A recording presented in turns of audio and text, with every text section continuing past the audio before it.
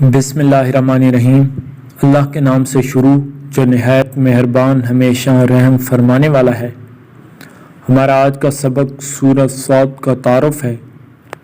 اس سورت کے نزول کا ایک خاص واقعہ ہے جو معتبر روایتوں میں بیان کیا گیا ہے۔ آن حضرت صلی اللہ علیہ وسلم کے چچا ابو طالب اگرچہ آن حضرت صلی اللہ علیہ وسلم پر ایمان نہیں لائے تھے، لیکن اپنی رشتہ داری کے حق کو نبھانے کے لیے آپ کی مدد بہت کرتے تھے۔ ایک مرتبہ قریش کے دوسرے سردار ابو طالب کے پاس وفد کی شکل میں آئے اور کہا کہ اگر محمد صلی اللہ علیہ وسلم ہمارے بتوں کو برا کہنا چھوڑ دیں تو ہم انہیں ان کے اپنے دین پر عمل کرنے کی اجازت دے سکتے ہیں۔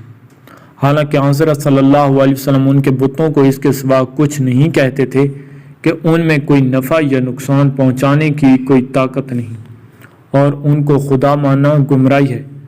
چنانچہ جب حضرت صلی اللہ علیہ وسلم کو مجلس میں بلا کر آپ کے سامنے یہ تجویز رکھی گئی تو آپ نے ابو طالب سے فرمایا کہ چچا جان، کیا میں انہیں اس چیز کی دعوت نہ دوں جس میں ان کی بہتری ہے؟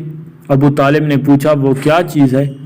آپ نے فرمایا میں ان سے ایک ایسا کلمہ کہلانا چاہتا ہوں جس کے ذریعے سارا عرب ان کے آگے سرنگوں ہو جائے گا اور یہ پورے عجم کے مالک ہو جائیں گے۔ اس کے بعد آپ نے کلمہ توحید پڑھا۔ یہ سن کر تمام لوگ کپڑے جھاڑ کر اٹھ کھڑے ہوئے اور کہنے لگے کہ کیا ہم سارے معبودوں کو چھوڑ کر ایک کو اختیار کر لیں؟ یہ تو بڑی عجیب بات ہے۔